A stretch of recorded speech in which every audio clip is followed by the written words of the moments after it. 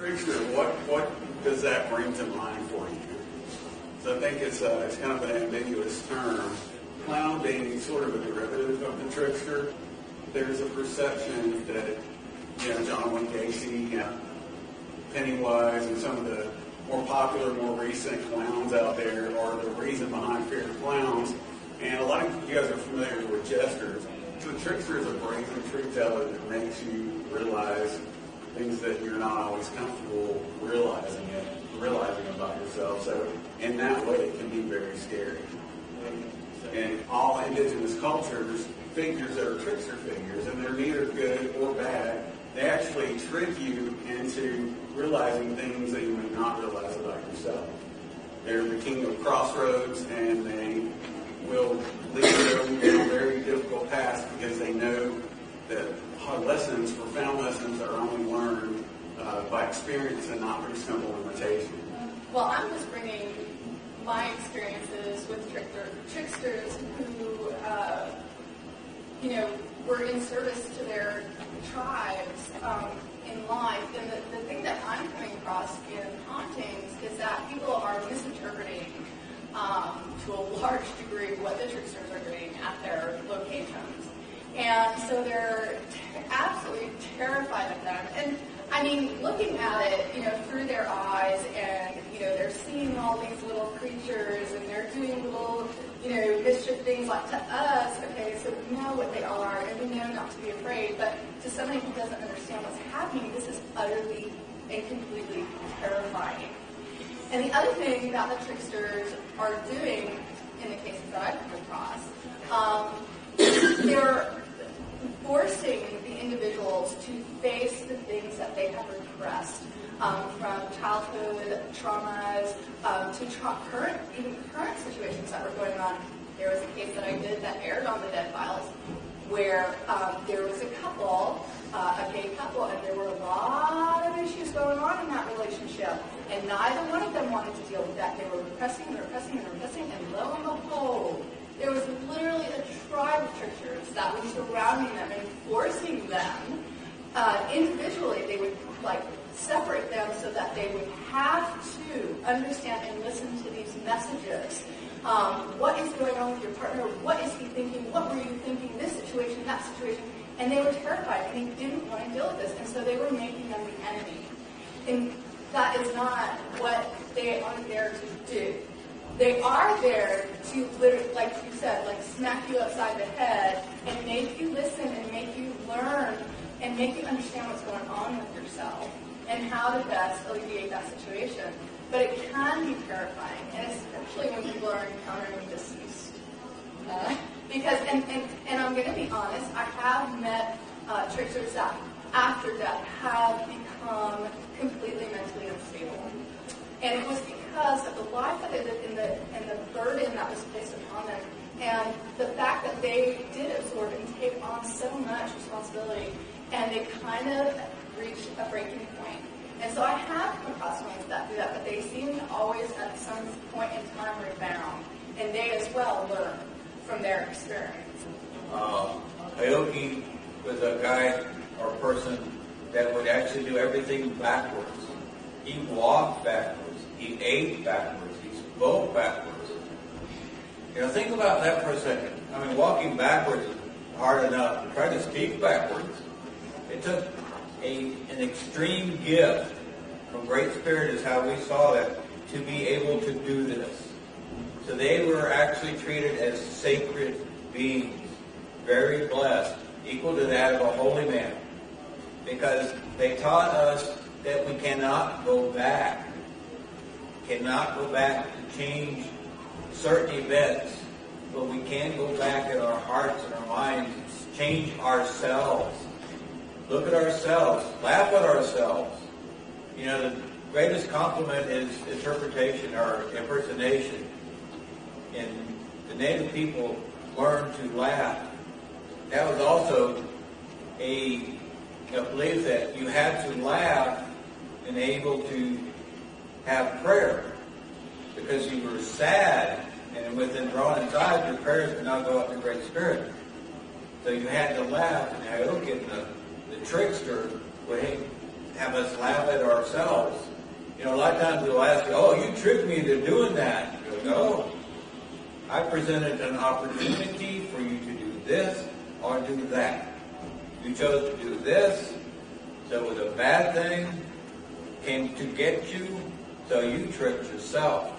Because a lot of us listen inside, we know what is right and what is wrong, but sometimes we will choose the easy part, or we'll choose the way that everybody else wants us to go, and we are tricked and go into that way. Even though we know we shouldn't go that way. Yeah. You always find what you're looking for. Because right down to this, since we're talking about philosophy, you'll always find what you're looking for. Whatever you concentrate on is what you're going to get.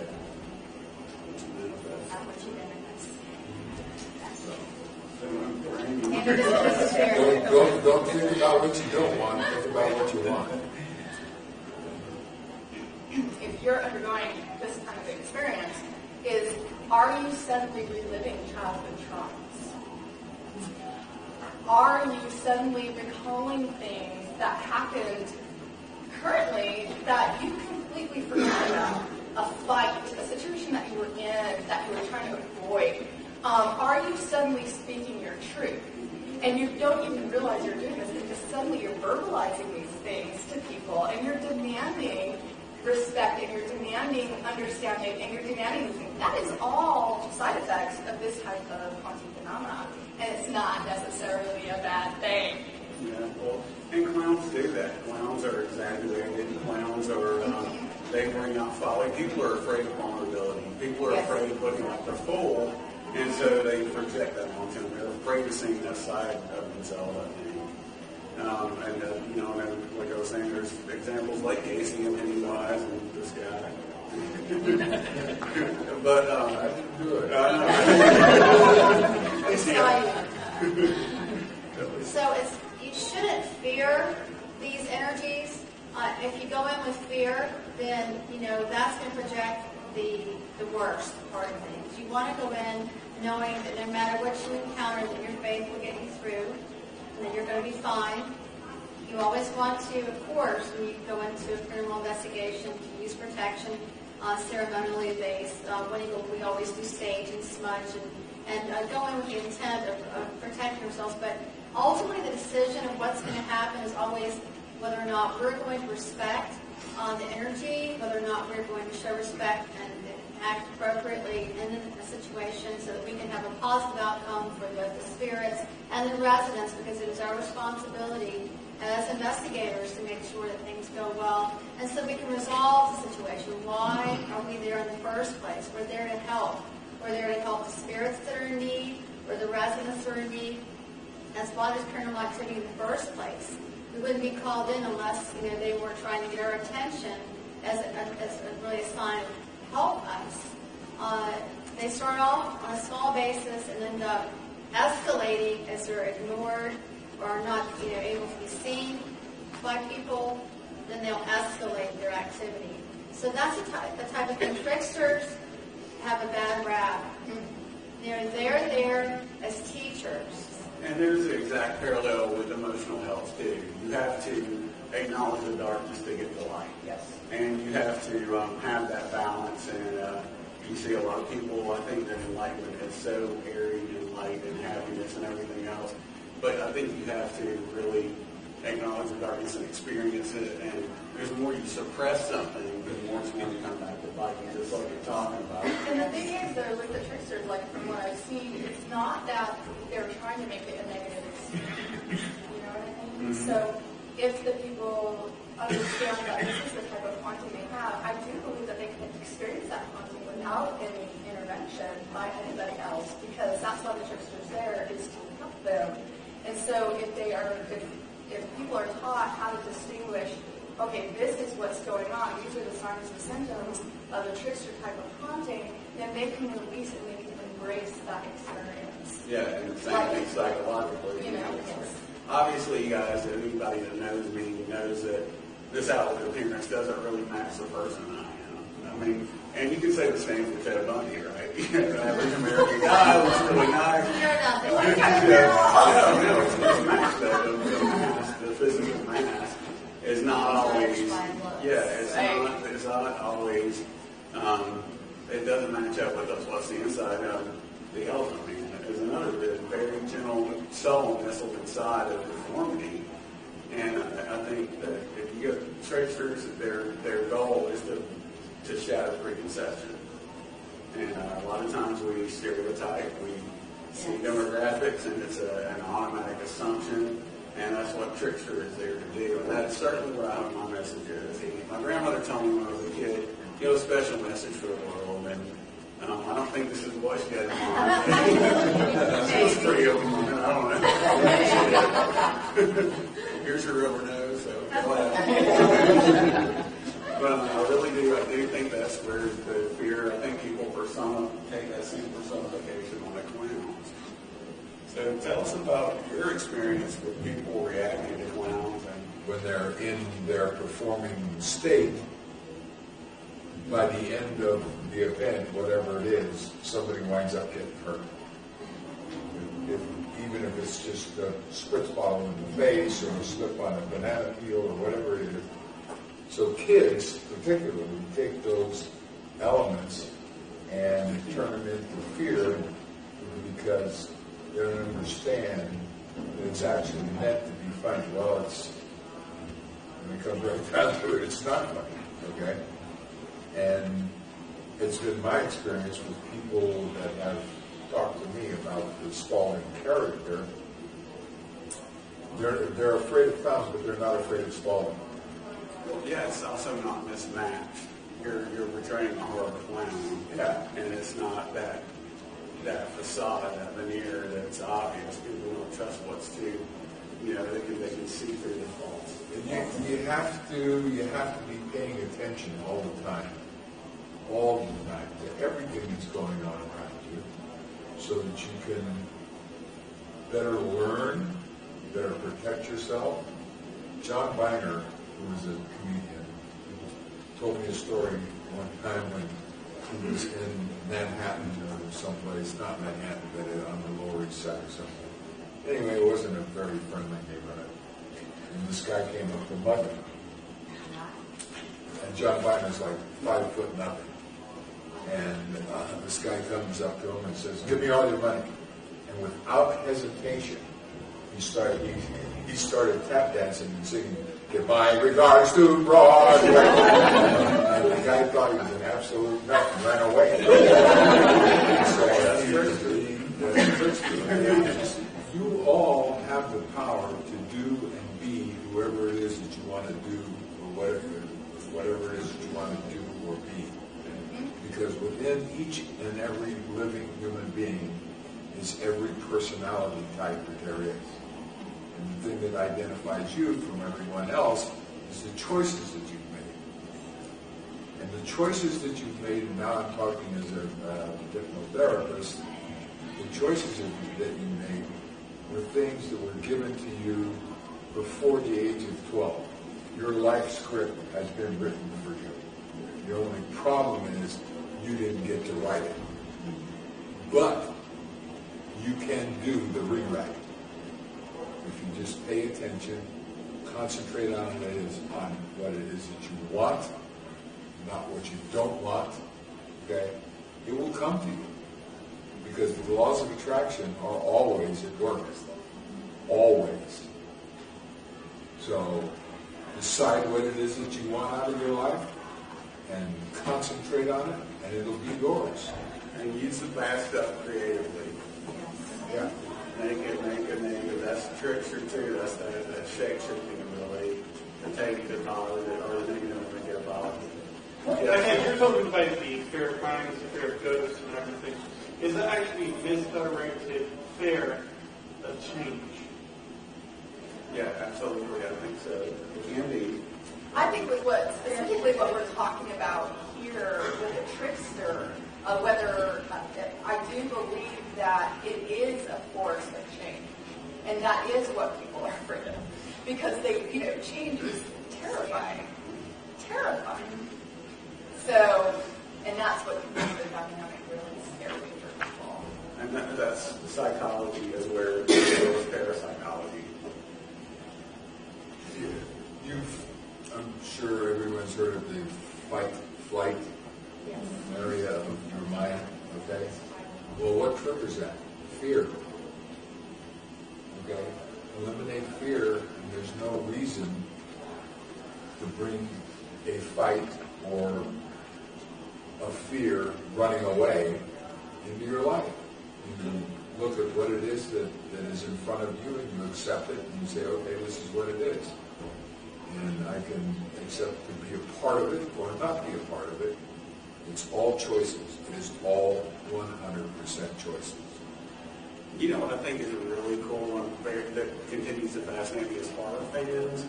And it seem to be the most compassionate people. I think it's like, they have such a big heart, so I think their horror movies, that theatric is their tangible way of dealing with all the atrocities of man. And that's my theory. Yeah.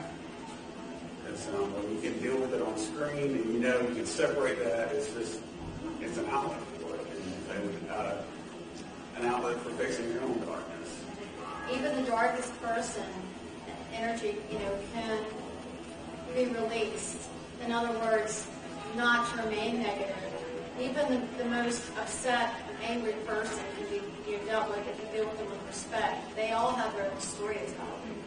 And if you just accept that and let them tell their story, sometimes just letting them vent that is what they needed in order to be able to go ahead and let go of the trauma. At the end of the day, the only thing that everybody in this room really is looking for is respect. When it comes right down to it. And you know how to get it?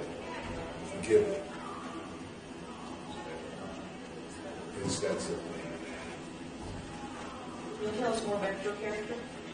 Why do you guys put it on me? What was it? I need more specific questions. My character is just, I think that my mom, when I was growing up, like I said, I was a sexual abuse survivor, was a gay kid, a Christian family, and my mom had this pot holder that tortured me. She had it pinned up on a corkboard, and it said, "Friend is somebody that knows everything about you and still loves you." And I had all these dark secrets, nobody loves me, nobody knows me. And, so that was a really heavy thing for me to carry. And I think that when I'm in this character and I can get people to get past the aesthetic of that and to see me and see the gentleness inside of me and see my purpose, and that's the core purpose of my character. That actually tests people because a real friend or a really spiritually evolved person is not going to just look at you on the outside and make a judgment. To me, being tested, that friendship being tested gives that person the opportunity to show how spiritually evolved they are, that they will accept you no matter how you look, based on your actions and who you really are. Unfortunately, not all people with pepper spray are spiritually evolved. But that's why we're here to educate. That's what it's all about. Is don't judge people based on how they look. It's never a good choice to make. It's insane, how much we could learn from one another.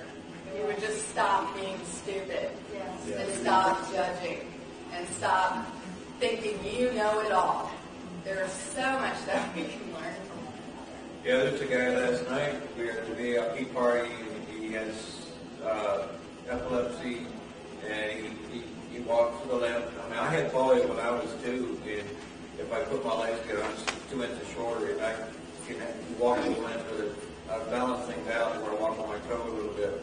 But he says he's missing his teeth. He says that I was on a bus, and people laughed at me, and guys came up and they beat me up and knocked his teeth out because of his disability, and they just judged him as being, not worthy of them and different. And, you heard my bell. I had moccasin bells on yesterday, and I kind of go driving a little bit nuts. That's why we're bellless today. But he says, I heard that ringing, and a minute you walked by the ringing, I saw your energy, and I just had to come up and talk to you. I said, that was an honor. And he says, and he even asked me if I could have a picture. He says, I would not even put it up on Facebook unless you approve it. I said, that's very honorable of you. I mean, you're a very honest person, very honorable. And it's a shame that somebody judged you for being born different. You know, it's sad. You know, maybe people, if somebody was born like that, they would be treated as sacred objects. They're different. Creator made them that way, so let's honor them. Don't judge them. You know, we all have something that's wrong with us. It comes with life. So let's take this, let's try to heal ourselves. If you know someone that's something different, be a friend with them. Help heal them, and help heal them, they help heal you. So let's be as one people.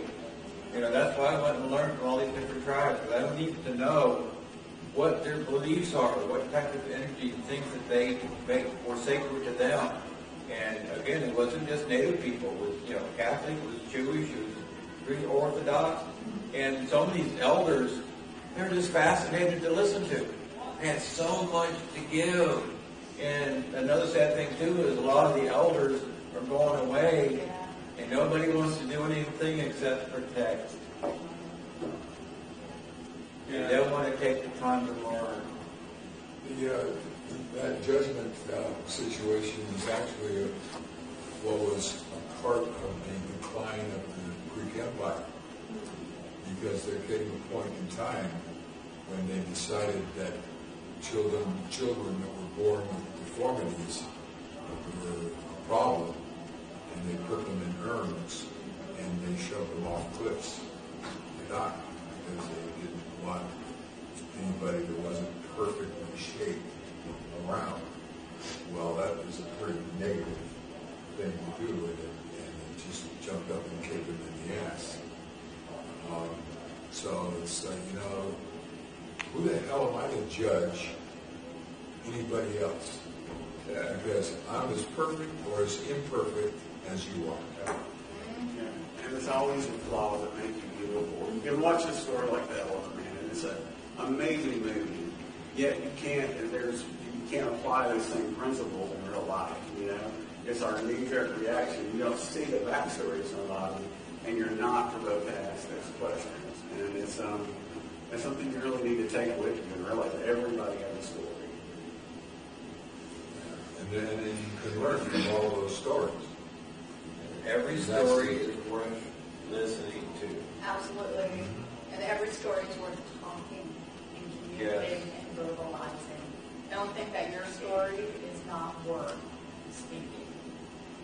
That just shows you that you have to have your worth on a high level with everybody else. And if you're feeling down about yourself, okay, just think about this. If you were to completely vanish so that there was no mass, no gas, no liquid, nothing, you absolutely 100% disintegrated and were nothing, the entire universe would rush in to fill your space. That's how important you are. How many people out here are actually afraid of clowns? Anybody? Oh, well, like a phobia thing? Okay. That's what they're saying back there. Was that a childhood thing, or do you have an No, idea? it's not really a phobia. They're just Okay. I can tell their anxiety. That's what we're doing private counseling sessions. You know, again, I think clowns really do represent our fear and humility, like being spritzed in the face or whatever, but never make progress in life. That's another thing. The way that they came through the clown, when my therapist told me that, I thought, well, you know, jesters can tell the truth or whatever. But then as I progressed, I realized that it doesn't just mean that. It means that the way to enlightenment, the way to wholeness, you're going to fall on your ass. It's not graceful. It's you're going to go through humility. You've got to be willing to take chances. So, Yeah, well, I mean, unless it's something like really stupid, like jumping off the edge of a cliff,